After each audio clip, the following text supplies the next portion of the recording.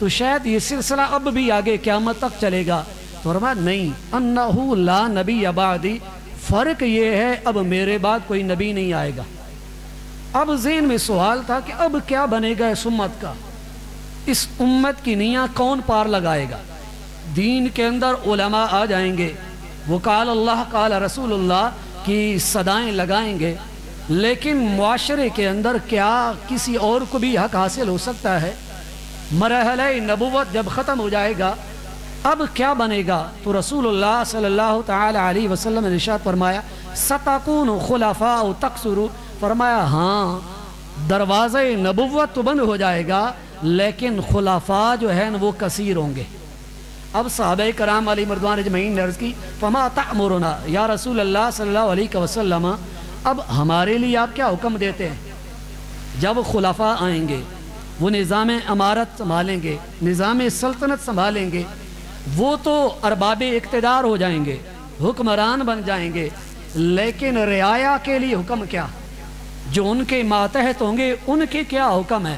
ہمیں یہ تعلیم بھی دیتے جائیں۔ تو رسول اللہ صلی اللہ علیہ وسلم نے ارشاد فرمایا فو بیعت الاول والاول فاعطوہم حقہم، فرمایا رسول اللہ صلی اللہ علیہ وسلم نے جو پہلا ہے اس کی اطاعت کرو اور بیعت کو پورا کرو، پھر فرمایا والاول، پھر پہلے کی بیعت کو پورا کرو۔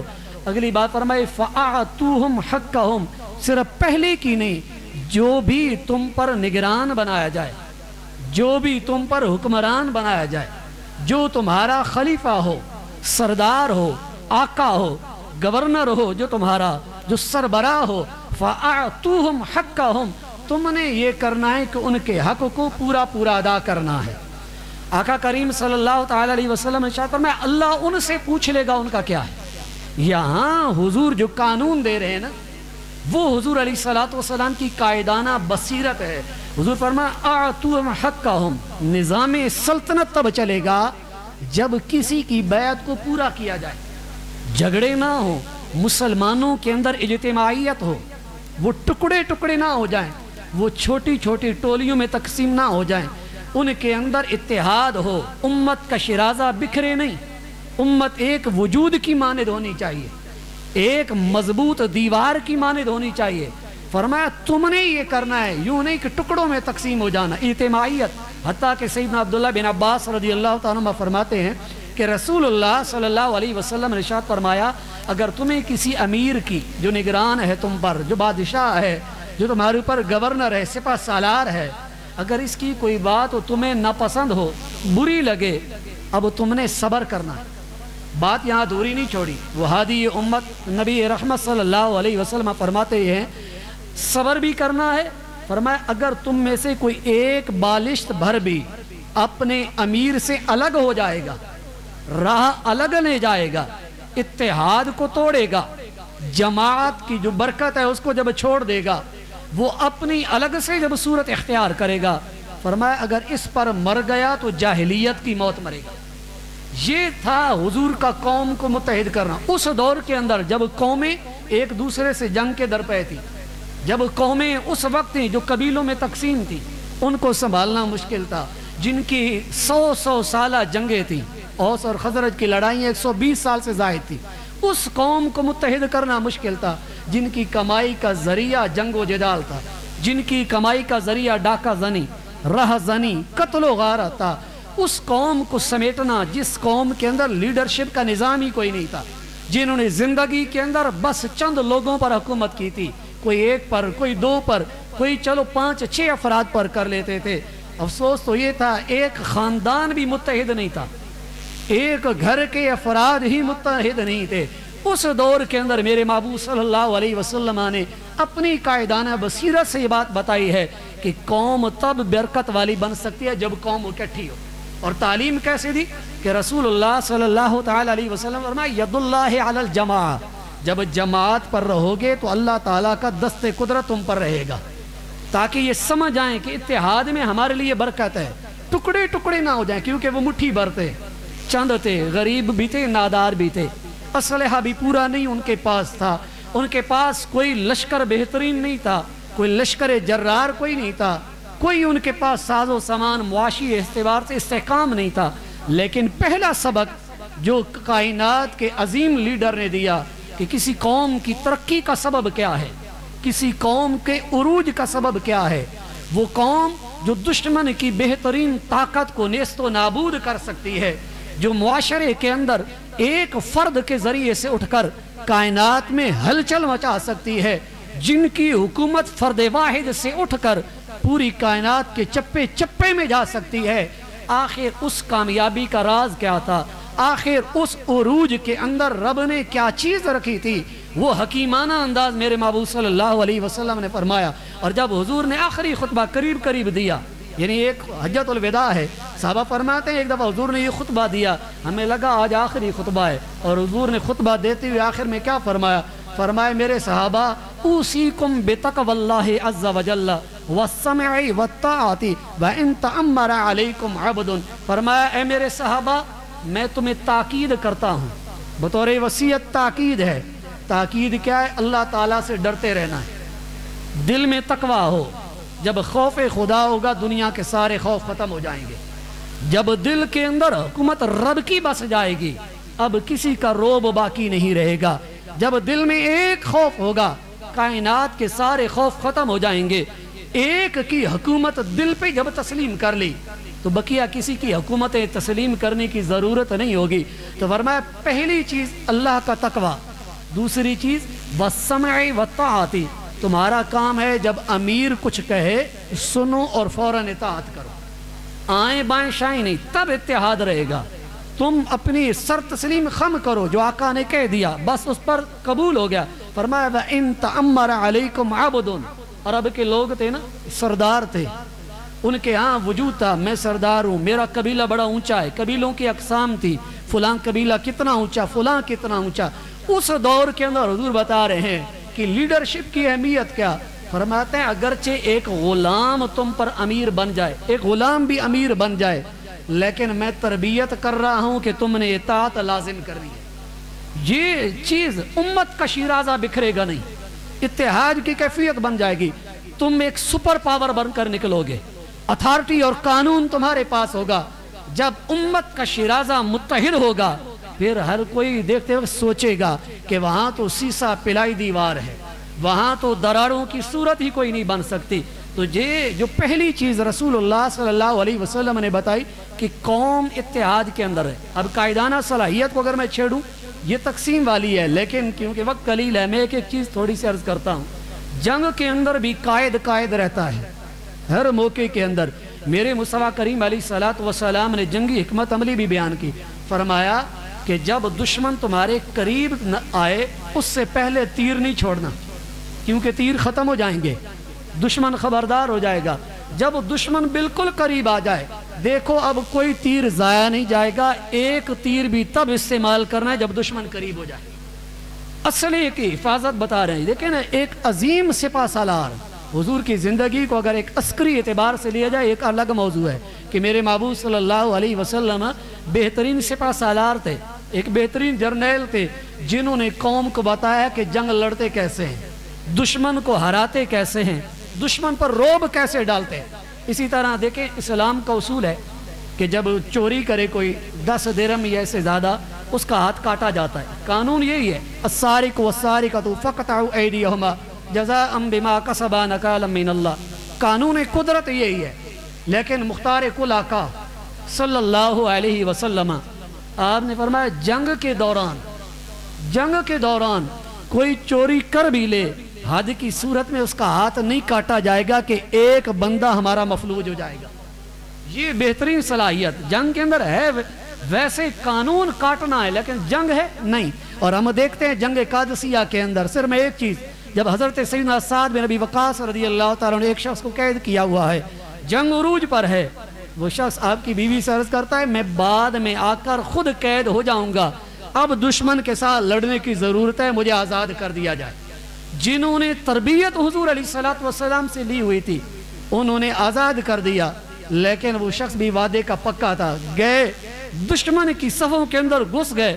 حضرت سعد بن ابی وقاص کو دیکھتے ہیں کہ جنگ کا نظام تو فلاں کا نظر آتا ہے لیکن اس کو تو قید کیا تھا، جنگ کا انداز وہی ہے لیکن میں نے قید کیا تھا، یہ کیا؟ جب واپس آ کر بیوی سے پوچھتے ہیں، وہ کہتی ہیں وعدہ اس نے کیا تھا، مجھے مسلمان کی زبان پر اعتبار تھا، میں نے اعتبار کرتے ہوئے چھوڑ دیا۔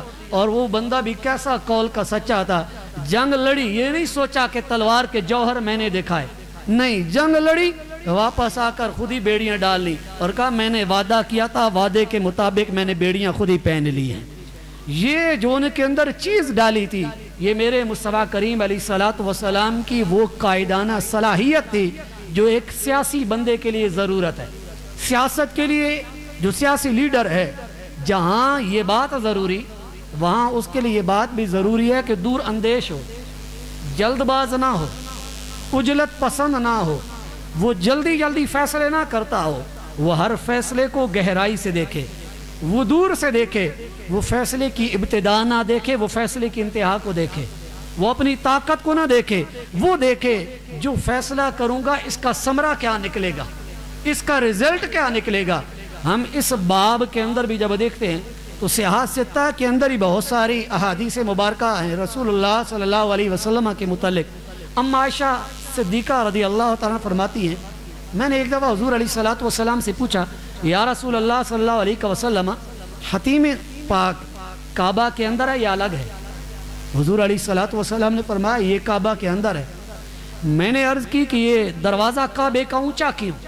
تو آقا کریم صلی اللہ علیہ وسلم نے فرمایا، اے عائشہ، تیری قوم کے لوگوں کے پاس پیسہ کم تھا جب کعبہ کی تعمیر ہو رہی تھی، اس لیے انہوں نے حتیم کے حصے کو الگ کر کے عمارت بنا دی۔ دروازہ اس لیے بلند رکھا کہ وہ لوگ سردار تھے، وہ کہتے تھے جس کو ہم اجازت دیں تاکہ وہ اندر داخل ہو اور کوئی داخل نہ ہو۔ اب بات یہاں تک پوری تھی، لیکن رسول اللہ صلی اللہ علیہ وسلم کی دور اندیشی دیکھیے۔ آپ نے فرمایا، اے عائشہ، اگر تیری قوم کے لوگ جاہلیت کے قریب نہ ہوتے، تیری قوم کے لوگ جاہلیت کے قریب نہ ہوتے اور مجھے اس بات کا خطرہ نہ ہوتا کہ یہ بھٹک جائیں گے، تو میں کعبے کو گرا کر حتیم کو کعبے کا حصہ بنا دیتا، دروازہ زمین سے لگا لیتا۔ لیکن حضور یہ کام کرنے سے پہلے بھی سوچ کے آ رہے ہیں، آپ کی دور کی نگاہ کیسے ہے کہ دیکھیں کعبہ گر جائے گا، حتیم تو مل جائے گا، لیکن قوم ہدایت سے بھٹک جائے گی۔ فتنوں سے بچنے کے لیے دیکھیں نا، لیڈر کی سوچ یہ ہوتی ہے، فتنے کو جاگنے نہیں دیتا، وہ فتنے کو بیدار نہیں ہونے دیتا، اس کی ہر سوچ، ہر فیصلہ اس بات کا مغازی ہوتا ہے کہ میرے اس فیصلے کے بعد رزلٹ کیا نکلے گا، رعایا بکھرے گی یا رعایا متحد ہوگی، رعایا میں تفرقہ پڑے گا یا اتحاد ہوگا، یہ قوم ٹکڑوں میں بٹ جائے گی یا قوم یکسوئی کے ساتھ رہے گی۔ حضور نے اس لیے حتیم کو کعبے میں نہ ملایا کہ یہ نہ ہو قوم پھر سے ٹوٹ جائے۔ اب ایک طرف حضور کی صلاحیت دیکھیں اور ایک طرف آج ہماری دیکھیں، ہماری طرف نہ فرض کا معاملہ ہوتا ہے، نہ واجب کا معاملہ ہوتا ہے، نہ کوئی ضرورت کی چیز ہوتی ہے، لیکن چھوٹی چھوٹی باتوں پر طاقت کے ذریعے قوم کو ٹکڑوں میں تقسیم کر دیا جاتا ہے، قوم کے جذبات کو ٹھیس پہنچائی جاتی ہے، قوم کے جو مستقبل ہے اس کا لحاظ ہی نہیں رکھا جاتا، جبکہ میرے اور آپ کے آقا صلی اللہ علیہ وسلم اس محاذ پر بھی تربیت کر رہے ہیں۔ اور دیکھیں نا، حضور علیہ السلام کی دور اندیشی، صلح حدیبیہ کا واقعہ مشہور ہے، ہم میں سے سب نے پڑھا ہے، اسکولوں کے اندر پڑھا ہے، چلو ویسے نہ بھی پڑھا ہو۔ جب حضور علیہ السلام سہیل بن عمر سے فیصلہ کر رہے تھے، تحریر ہو رہی تھی، ان تحریروں کے اندر ایک شک یہ بھی تھی کہ جب قریش مکہ کا کوئی بندہ مسلمان ہو کر مسلمانوں کے پاس آئے گا، مسلمان واپس کر دیں گے، یہ ہے نا تحریر، لیکن جو مسلمانوں کا وہاں جائے گا وہ واپس نہیں کریں گے۔ یہاں حضرت عمر رضی اللہ تعالیٰ عنہ جیسے بندے بھی غصے میں آ گئے تھے، یا رسول اللہ کیا ہم حق پر نہیں؟ بظاہر لگتا تھا کہ یہ ہمارے لیے نقصان دہ ہے، اور کفار خوش تھے کہ یہاں مسلمانوں کا نقصان ہے کیونکہ ہمارا بندہ واپس کر دیں گے، ہم ان کا بندہ واپس نہیں کریں گے۔ ایک عام بندہ آج بھی جب پڑھتا ہے وہ یہی سوچتا ہے کہ شاید یہاں واقعی مسلمانوں کا نقصان تھا، لیکن قربان جاؤں میں اپنے آقا صلی اللہ علیہ وسلم پر، رب نے آپ کو کیا کمال کی ذہانت دی تھی۔ جب صحابہ کرام علیہ رضوان اجمعین نے پوچھا، یا رسول اللہ صلی اللہ علیہ وسلم اس میں ہمارا نقصان نہیں؟ حضور علیہ السلام نے ارشاد فرمایا، میرے صحابہ غور کرو، جو ہمارا بندہ ان کی طرف جائے گا وہ رب کی رحمت سے دور ہو جائے گا، جو رب کی رحمت سے دور ہوگا ہمیں اس کی حاجت کوئی نہیں. اس لیے ہم نے کہا کہ ہمارا بندہ جائے بھی صحیح، ہم واپس نہیں لیں گے. اور جب ہمارا بندہ جو اسلام لے کر ہم میں آئے گا ہوگا ان کا، اب واپس ہم کیوں کریں گے؟ فرمایا واپس اس لیے کریں گے، وہ واپس جائے گا وہاں اللہ دین کی راہیں ان کے لیے آسان کر دے گا. اب پتہ اس کا فائدہ کیا ہوا؟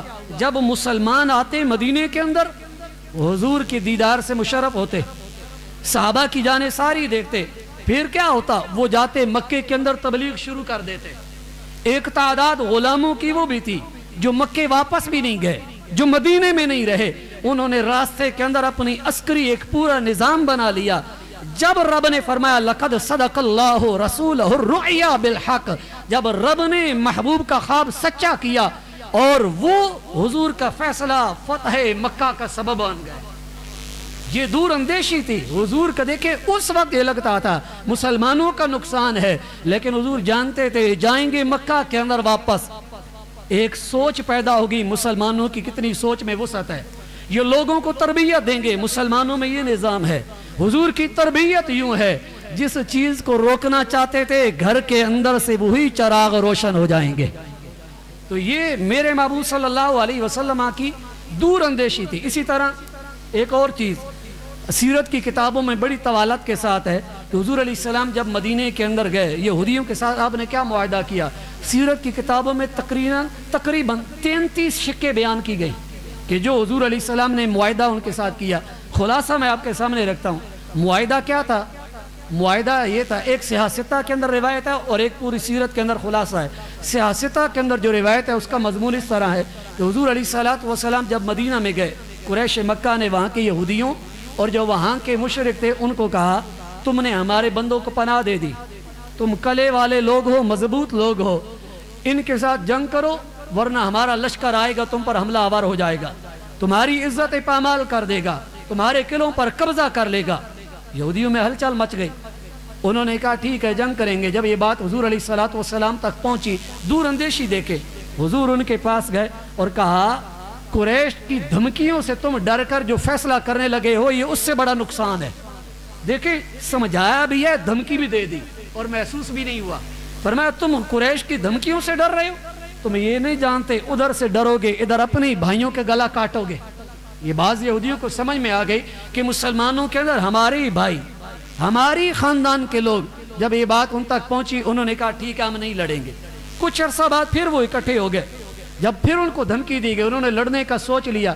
جب یہ لڑنے کا انہوں نے سوچا، حضور علیہ السلام نے بنو نضیر اور قریظہ کے ساتھ پھر جنگ کی، جس میں حضور علیہ السلام نے بنو قریظہ سے صلح کر لی اور بنو نضیر کو وہاں سے نکال دیا. اب جو سیرت کی کتابیں کہتی ہیں نا، جو حضور نے معاہدہ کیا تھا، معاہدہ کیا تھا؟ معاہدہ یہ تھا کوئی باہر سے حملہ کرے گا سب ایک ساتھ ہوں گے. یہودیوں کے اپنے دینی معاملات کے اندر اجازت ہوگی. دیکھیں نا اسلام ڈنڈا نہیں چلاتا، یہ حضور کی تعلیمات ہیں، زبردستی کسی کو مسلمان نہیں کرتا. فرمایا ان کو اجازت ہوگی، ہاں جو شرارت کرے گا اس کو حساب چکانا پڑے گا. فرمایا ہر ایک اپنے قبیلے کے مطابق فیصلہ کرے گا. سب کو عزت مل گئی، سارے راضی ہو گئے. حضور علیہ السلام نے ارشاد فرمایا ہر قبیلہ اپنا خرچہ خود اٹھائے گا، لیکن جب جو جس کا حلیف ہوگا، جب دشمن حملہ کرے گا تو سارے مل کر اس کا جواب دیں گے، کوئی دشمن کی مدد نہیں کرے گا. اب جب یہ نظام بنا، وہ لوگ جو بکھری ہوئے تھے حضور نے ان تمام کو ایک جان کر دیا. یہ میرے محبوب صلی اللہ علیہ وسلم کی سیاسی بصیرت تھی، جس کی آج اس گئے گزرے دور کے اندر ضرورت ہے کہ سب کچھ چلائیں لیکن کوئی ہمارے دین پر غلبہ نہ پا سکے، ہمارے دینی اساسوں پر حملہ نہ کر سکے، ان کی عبادت گاہوں پر زبردستی پابندی نہ ہو لیکن ہمارے دینی امور پر کوئی حملہ نہ کر سکے. ان کو اجازت ضرور ہو لیکن اپنے حقوق کا خیال پورا کیا جا سکے، ہر ایک کو اس کی عزت ضرور دی جائے لیکن مسلمانوں پر کسی کو حکومت کی اجازت نہ دی جائے. اور جو لیڈرشپ کے لیے ایک اور چیز ضرورت ہوتی ہے وہ ہے کہ لوگوں کا احساس کرنا، کیونکہ لیڈر تب بنتا ہے جب زمین پر حکومت کرنے کے بجائے لوگوں کے دلوں پر حکومت کرے. اور یہ یہاں سیاست کی بھی بحث ہے، جو کسی خاندان پر لیڈر ہے اس کے لیے بھی ہے، جو گھر پر سربراہ ہے اس کے لیے بھی، جو کسی ادارے کا سربراہ ہے اور چاہتا ہے کہ میرے جو متبعین ہیں میں ان کے دل پر حکومت کروں، دلوں پر حکومت میری ہو، راج میرا ہو، ان کے دلوں میں بستا ہوں، وہ کیا کرے؟ وہ رسول اللہ صلی اللہ علیہ وسلم کو اسوہ پڑھ لے۔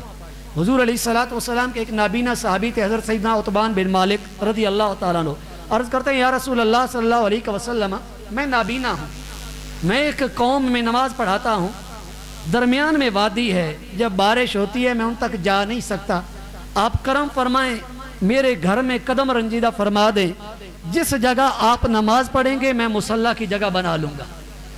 اب وہ کہاں امام الانبیاء صلی اللہ علیہ وسلم، کہاں حضور کی ذات عرفہ والا، کہاں آپ کا خادم، ہیں بھی نابینا۔ آج کوئی ہمارے جیسا ہوتا وہ کہتا ہے کہ نابینا اس کی بات سنوں میں اور وہاں جاؤں، بھائی میرے پاس وقت نہیں ہے میں آ سکوں، یہی ہوتا نا کہ میرے پاس وقت نہیں، کوئی شخصیت آئے میں اس کے ساتھ چلوں، کوئی مالدار ہے میں اس کے پاس چلوں، مجھے فائدہ کیا ملے گا؟ اس کے پیچھے کوئی قبیلے میں ہیں جو میں پیچھے چلوں، لیکن قربان جو میں اپنے آقا صلی اللہ علیہ وسلم پر، جو بے قصوں کے آقا ہیں، جو غم خاروں کے آقا ہیں، جو لوگوں کی صرف زمین پر نہیں ان کے دلوں پر حکومت کرتے ہیں، میرے مصطفیٰ کریم علیہ السلام صدیق اکبر کو بھی ساتھ لے کر وہاں پہنچ گئے، اور جا کر صرف حضور نے فوراً کہا بتاؤ کہاں نماز پڑھنی ہے؟ جہاں چاہتے حضور پڑھ لیتے نا، لیکن کیسی دلوں پر حکومت کی ہے کہ جہاں تم چاہو گے مرضی بھی تمہاری چلے گی، آیا بھی ہوں تمہارے گھر کے اندر مرضی بھی تمہاری چلے گی، جہاں تم کہو گے نماز تم نے پڑھنی ہے، مطلب تمہیں ہے، غرض تمہیں ہے، لیکن کیونکہ دل جیتنا اس لیے جہاں تم کہو گے وہاں نماز پڑھا دوں گا۔ حضور علیہ السلام نے نماز پڑھا دی، وہ آپ کا غلام وہاں ہی نمازیں پڑھتا۔ یہ تھا حضور کا لوگوں کے دلوں پر حکومت کرنا۔ ایک اور چیز، حضرت معاذ بن جبل رضی اللہ تعالیٰ کو حضور علیہ السلام نے بھیجا یمن کی طرف والی بنا کر، گورنر بنا کر، اور کہا کیا اے معاذ تم ان لوگوں کی طرف جا رہے ہو جو اہل کتاب ہیں، یعنی کتاب کا علم یہود و نصارہ ہیں، تم نے کرنا کیا ہے؟ تم نے ان کو اللہ تعالیٰ کی وحدانیت اور عبادت کا حکم دینا۔ جب وہ مان لے، جب پہلی چیز مان لے، سب چیزیں اکٹھی نہیں مسلط کرنی۔ دیکھیں حضور لوگوں کو سمجھ کیسے رہے، لوگوں کا خیال کیسے رکھ رہے ہیں، سارے کام اکٹھے نہیں، پہلے رب کی عبادت اور توحید کا کہو، جب مان جائیں تو بتائیے گا ایک دن میں 5 نمازیں فرض، جب مان جائیں ایک دن میں 5 نمازیں فرض، جب اس بات کی حکم کی تعمیل کر لیں، اب ان کو کہیے گا کہ تم نے زکوٰۃ بھی دینی ہے، اور زکوٰۃ اپنا مال اپنوں پر خرچ کرنا ہے۔ دیکھیں حضور کے لفظ کیسے پیارے، تاکہ وہ یہ نہ سمجھیں کہ یہ تو ہم سے چھین رہے ہیں مال۔ نئے نئے مسلمان تھے، وہ سمجھتے شاید مال چھینا جا رہا۔ حضور نے فرمایا معاذ ان کو یہ کہیے گا مال بھی اپنا ہوگا، جن پر خرچ کرو گے وہ بھی اپنے ہوں گے، تاکہ خوش دلی سے دیں۔ اور پھر آخری بات فرمایا اے معاذ یہ بھی خیال کرنا ان کا سب سے بہترین مال نہ لے لینا، زکوٰۃ لینی بھی ہے، سب سے بہترین نہیں لے لینا، جو درمیانہ مال ہوگا وہ لیجیے گا، تاکہ ان کے جذبات کو ٹھیس بھی نہ پہنچے۔ ایک اور اس ضمن کے اندر بڑا پیارا واقعہ میرے ذہن میں آ گیا، جب صلح حدیبیہ کا معاملہ ہوا، اس سے اگلے سال حضور علیہ السلام عمرہ کرنے کے لیے گئے، وہاں مکہ پاک کے اندر سیدنا امیر حمزہ رضی اللہ تعالیٰ کی شہزادی تھی۔ جب انہوں نے دیکھا تو وہ پیچھے دوڑ پڑی چچا چچا کہہ کر۔ اب حضرت علی رضی اللہ تعالیٰ فرمانے لگے کہ یہ بچی میرے حصے میں آئے گی کیونکہ میرے چچا کی بیٹی ہے، آپ نے لے لی، سیدہ طیبہ طاہرہ سیدہ فاطمہ الزہرا رضی اللہ تعالیٰ عنہ کو دے دی کہ اس بچی کی کفالت کرنی ہے۔ جب حضرت جعفر طیار رضی اللہ تعالیٰ تک بات پہنچی تو وہ فرمانے لگے نہیں بچی میں لوں گا۔ کیوں جی؟ اس لیے کہ سیدنا امیر حمزہ رضی اللہ تعالیٰ چچا میرے بھی تھے، اور دوسری وجہ یہ کہ اس بچی کی خالہ میری زوجہ ہیں، لہٰذا میں لوں گا۔ حضرت زید رضی اللہ تعالیٰ عنہ فرمانے لگے نہیں یہ بچی میں لوں گا کیونکہ اس کے اندر میرا حق ہے، یہ میری بھتیجی ہے۔ اب تینوں کا فیصلہ تینوں حضور کے پیارے۔ دیکھیں یہاں پتہ چلتا ہے کہ کیا بات کیسا فیصلہ ہوتا ہے، فیصلہ بھی ہوتا ہے اور لوگوں کے دلوں پر حکومت بھی کیسے ہوتی ہے۔ حضور علیہ السلام تب جب معاملہ پہنچا، اب علی بھی کون، جعفر طیار کون، حضور کے سارے گھر کے بندے، لیکن آقا کریم صلی اللہ علیہ وسلم نے فرمایا یہ بچی حضرت سیدنا جعفر طیار رضی اللہ تعالیٰ عنہ کو ملے گی۔ اب وجہ کیا؟ فرمایا اس لیے ملے گی کیونکہ اس بچی کی خالہ ان کی زوجہ ہیں، اور خالہ ماں کی جگہ ہوتی ہے۔ رشتہ بھی بتا دیا کہ شریعت خالہ کا مقام کیا دیتی ہے. آج تو ماں کی قدر کوئی نہیں, آج تو ماں کی قدر نہیں.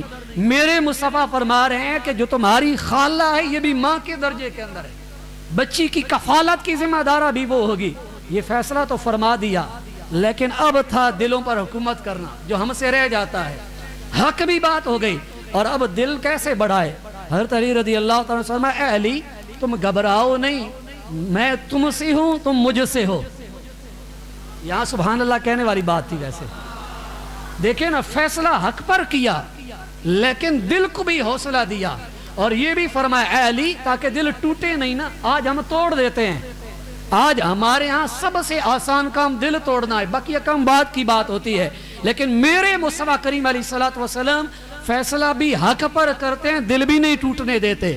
ہم سمجھتے ہیں سچ وہ ہوتا ہے جس میں دل توڑ دیا جائے. آج ہمارے نزدیک سچ وہ ہے زبان کے نشتر وہ چلائے جائیں, اگلے کا سینہ جو ہے زخمی ہو جائے, اس کا دامن تاتار ہو جائے اس بات پر کہ اس نے مجھے سچ کہا ہے. وہ زندگی میں سچ سے بھاگتا کیوں ہے؟ کیونکہ ہم سچ کہتے ہیں لیکن پیار سے نہیں کہتے, ہم دل کی کیفیت نہیں دیکھتے. میرے مصطفیٰ کریم علیہ السلام نے فرمایا اے علی گھبراؤ نہیں نا, بچی نہ ملی کیا ہو گیا, میں تجھ سے ہوں تم مجھ سے ہو. حضرت جعفر طیار رضی اللہ تعالیٰ سے کیا فرمایا؟ حضور علیہ الصلوۃ والسلام نے ارشاد فرمایا اے جعفر طیار تم صورت اور سیرت میں میرے مشابہ ہو. دل ان کا بھی جیت لیا. حضرت زید رضی اللہ تعالیٰ نے فرمایا اے زید تم تو ہمارے موالی میں سے ہو, تم ہمارے بھائیوں میں سے ہو, گھبراؤ تم بھی نہیں. فیصلہ بھی ہو گیا. لیکن میں نے عرض کی نا, قیادت کے لیے, سیادت کے لیے, لیڈرشپ بننا صرف یہ نہیں کہ پیسے آ جائیں, کچھ طاقت مل جائے, کچھ لوگ مل جائیں, بندہ سمجھے میں لیڈر بن گیا. نہیں, لیڈر بننے کے لیے وہ سوچ ہوتی ہے جو لوگوں کے دلوں پر حکومت کرنے کے لیے ہوتی ہے. چند دن کے لیے ہمیں سربراہی مل بھی گئی اگر طاقت سے, دبدبے سے, روب سے, لیکن لوگوں کے دلوں نے قبول نہ کیا تو کیا کام کی ہے. حقیقت کے اندر لیڈر وہ ہے جو میرے مصطفیٰ کریم علیہ الصلوۃ والسلام نے ہمیں دکھا دیا ہے. تو یہ حضور علیہ الصلوۃ والسلام کے اندر قائدانہ صلاحیت بھی, دور اندیشی بھی, عوام کا احساس بھی تھا, اور لوگوں کے چہرے پہچانتے بھی تھے, چہرے بھی پہچانتے تھے. کیونکہ احساس تب ہوگا جب پتہ چلے گا کہ اس کے چہرے پہ کیا ہو رہا ہے, میرے فیصلے سے راضی بھی ہے یا نہیں. اس پر صرف ایک, کیونکہ ٹائم اوپر ہو گیا کافی, صرف ایک چیز عرض کرتا ہوں کہ حضور علیہ الصلوۃ والسلام نے ایک دفعہ انصار کے قبیلے کے سامنے جب جنگ حنین سے فارغ ہوئے مال اوروں کو تقسیم کر دیا. انصار کے دل میں یہ خیال گزرا حضور نے ان کو اتنا مال دے دیا, ہمیں نہیں دیا. دل میں خیال گزرا, لیکن میرے حضور نے چہرے پڑھ لیے, مردم شناسی تھی, چہرے پرکھ لیے, اور آپ صلی اللہ علیہ وسلم فرمانے لگے اے انصار تم اس بات پر خفا ہو نا کہ میں نے تمہیں مال نہیں دیا, ان کو دے دیا. تو کیا میں جب تمہارے پاس آیا تھا تم بکھرے ہوئے تھے, میں نے تمہیں اتحاد کا وجود نہیں دیا؟ تم ایک دوسرے کی جان کے دشمن تھے, میں نے تمہیں آپس میں بھائی بھائی نہیں بنایا؟ انصار کہنے لگے اللہ اور اس کے رسول کے بہت احسان. حضور فرماتے جاتے, وہ کہتے جاتے. آقا کریم صلی اللہ علیہ وسلم نے فرمایا اے انصار تم کہو نا کہ یا رسول اللہ آپ آئے تھے, ہم نے پناہ دی تھی, آپ کو کوئی سنبھالنے والا نہیں تھا, ہم نے سنبھالا. صحابہ ادب سے جھکتے جا رہے تھے. اب حضور نے بڑی پیاری بات فرمائی, فرمایا اے میرے انصار کیا تم اس بات پر راضی نہیں کہ کوئی اونٹ, بکریاں اور گھوڑے لے کر جائے اور تم اللہ کے محبوب کو اپنے گھر میں لے کر جاؤ؟ چہرے پڑے کہ ان کے دل رنجیدہ ہیں نا, ان کے دلوں کے اندر کوئی بات لگ گئی ہے. تو لیڈر بننے کے لیے وہ نظر کی ضرورت ہے جو لوگوں کے دلوں پر جاتی ہو. تو اگر ہم چاہتے ہیں کہ اس محاذ پر آئیں, ہمیں قیادت کی اگر شوق ہے, سیادت کا اگر ہمیں شوق ہے, ہم لیڈر, راہبر, رہنما بننا چاہتے ہیں, تو ہمیں پھر حضور علیہ الصلوۃ والسلام کی زندگی کو اس اعتبار سے دیکھنا پڑے گا کہ کیا ہمارے اندر یہ احساس ہے, لوگوں کا خیال ہے, لوگوں کی دل آزاری تو نہیں, لوگوں کے جذبات کی رہنمائی ہے یا نہیں. اگر ان چیزوں کا احساس ہے تو پھر ہمیں, اگر نہیں تو پھر ہمارے اندر وہ صلاحیت نہیں ہے.